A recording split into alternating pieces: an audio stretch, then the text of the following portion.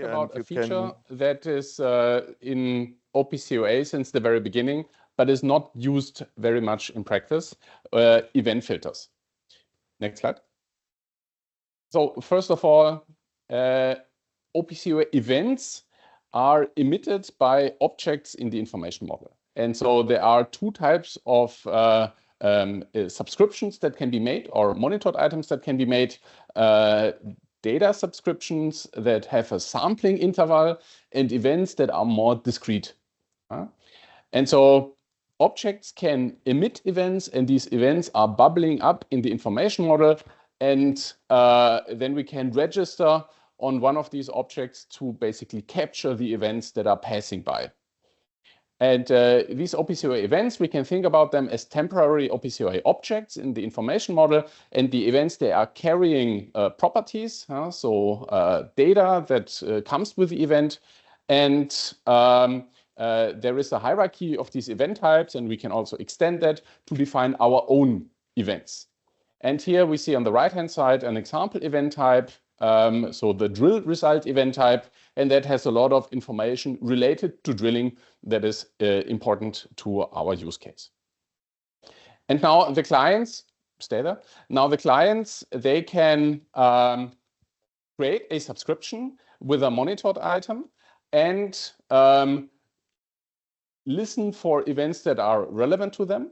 And in the event filter that comes with the monitored item, they define which fields they're interested in. So which of the data that is carried by the event do they want to receive? And secondly, they can also define what is called a where clause. So like in SQL, the where clause, where they say, okay, can we do server-side filtering to only receive a subset of the events? And that is really important, because when you have a large information model with many objects, and then you are receiving maybe thousands of events a second, then you put a lot of load on the network. But if you know already that you are only interested in, for example, critical events, then you can do server-side filtering and reduce the load on the network. Here we see on the left-hand side a logical structure of a content filter. And so the content filter is what we can use to give a logical expression that tells us, is this event relevant for us? And here, for example, we see a what is called an operator that selects the type of events. So we're only interested in these drilling events. And then in addition, we have this logical structure here. It's expressed as a graph where we can combine filter criteria. So the event has to be with a high severity, or it needs to indicate a failure of the underlying process and so on. And now we can use these logical combinations to really express our need of the data that we need to receive. And here on the left-hand side, this tree structure, we can understand that easily, but now we have to also translate that into the language of OPCDI, and that is a little bit complicated because this expression, it gets transmitted in a sort of bytecode. So if you know, for example, the Python language, there you have a bytecode interpreter in the background that executes your Python. And so here again, we have this like bytecode type intermediate representation.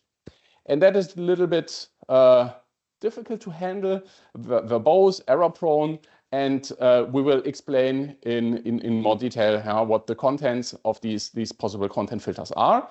What I can tell you is that the expression on the left-hand side, this would translate to maybe 150, 200 lines of code if we were to immediately go into a text editor and code that.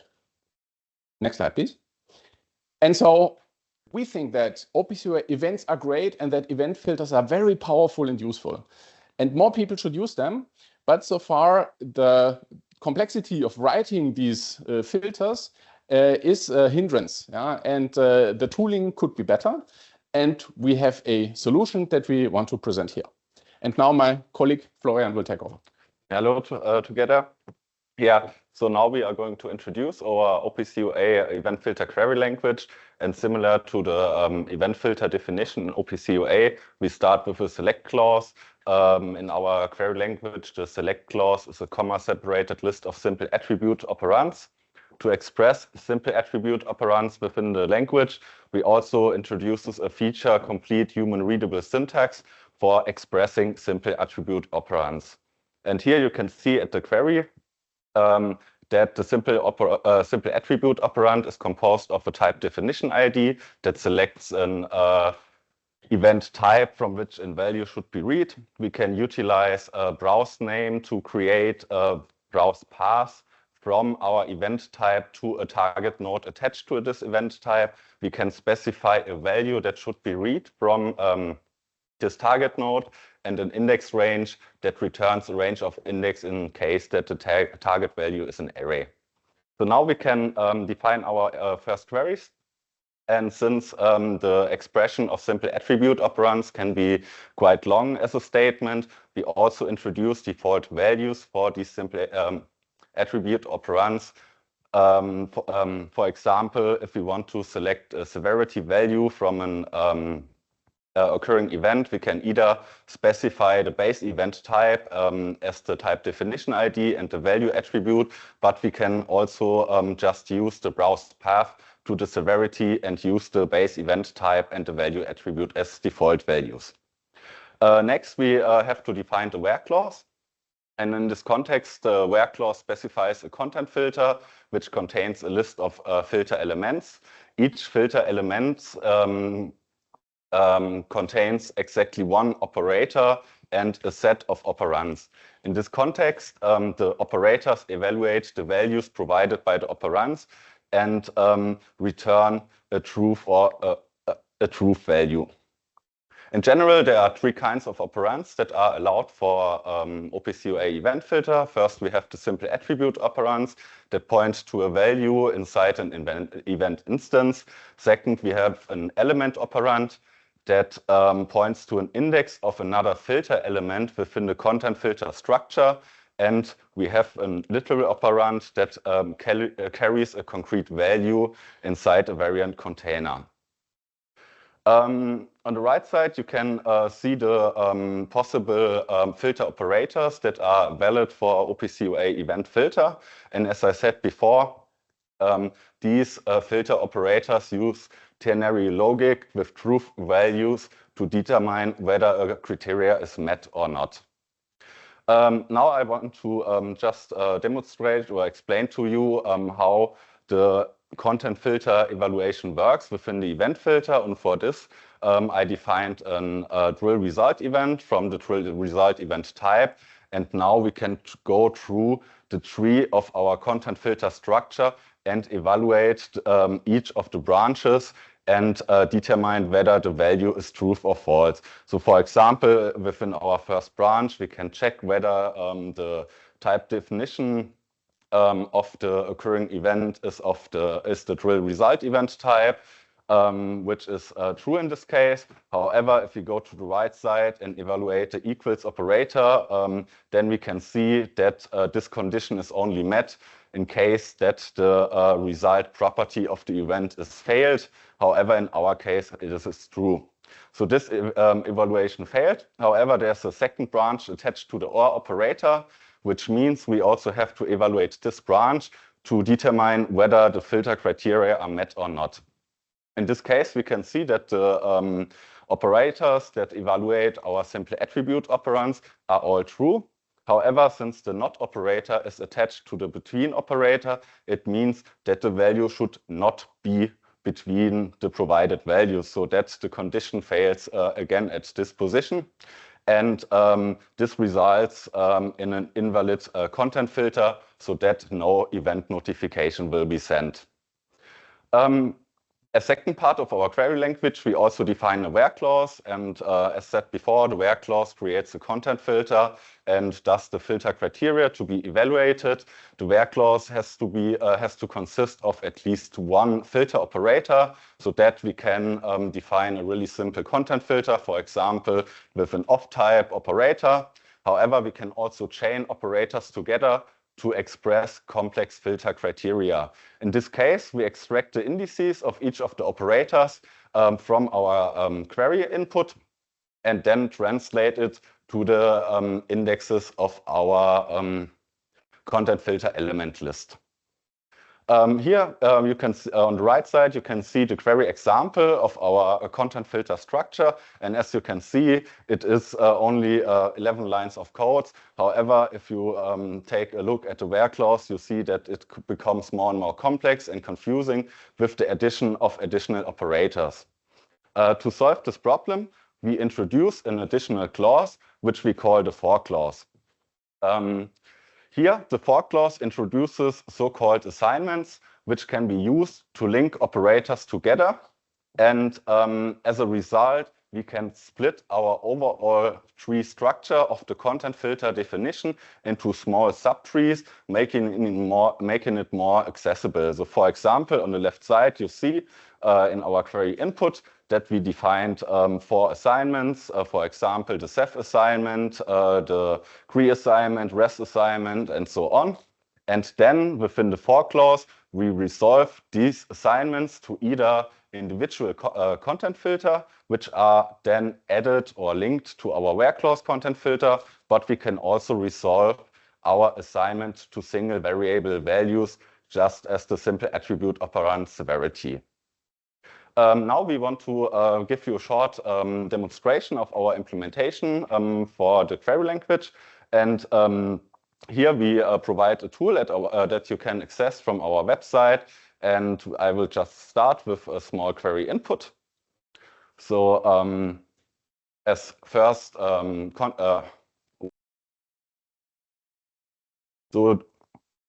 as first input, we have a single select clause, which means we do not define any content filter criteria. This results in an ordinary event subscription since the where clause does not contain any elements.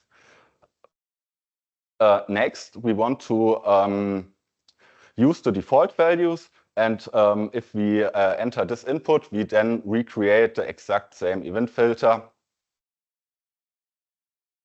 So next, we want to also define a where clause. And here we define just a small where clause where we restrict the type definitions of an event. And then we can see that we create a content filter condition, which on the one hand contains our feed false condition with the greater equals operator. We have our off type operator with the drill result event type. And in addition, we have our OR operator that links these two operators together. So next, we want to demonstrate that we can actually create complex content filters. So now you can see the query input for our content filter example. And if we submit it, you can see that the content filter or the event filter becomes pretty large so that we can create complex constructs out from a few lines of query input. So query input. So as last event filter, we want to introduce the for clause to our definition so that we use the assignments between the where clause and for the where clause and the select clause. However, since this is the exact same event filter definition, only if in another form, the resulting content filter remains the same.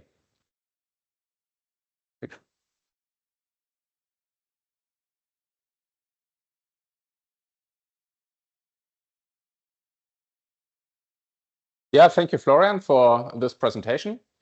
So the main message from our side is that OPCDI events are great and event filters are also great as they are defined in the standard. And in order to make it more easy to use, we have presented this event filter query language, and the goal is to make OPCDI events fun. How can you yourself use the event filter query language? We have an implementation in the C language that is part now of the Open 62541 framework. And obviously there we also support events in event filters in general. But this implementation of the event filter query language, it is also usable with other SDKs. And for that, we have prepared an HTML5 version that you can find on our homepage. And with that, you can just play with the query language and create the resulting expression in the JSON format. And so you can use the easy query language to generate the long content filter and copy paste that over to all of the major OPCDI SDKs that all support the JSON encoding. In addition, we have prepared a publication with more detail that will be presented at the EDFA conference this year. So we are academics. For us, it's natural to also write papers. And there we spell out the formal semantics of the query language and also the BNF, Bacchus-Nauer format notation of the grammar, the full grammar of this language. In addition, you can have a look at the implementation. The implementation is not very long. It's sub 400 lines of code for the main parts. Obviously, we are using, for example, parser generator tools, but should be pretty straightforward to get through that. So we invite you to have a look at the documentation, to have a look at the implementation, and overall, we are still in a position where you can give us feedback on this query language going forward. With that, I want to thank you all for your attention, and I'm giving back to Stefan.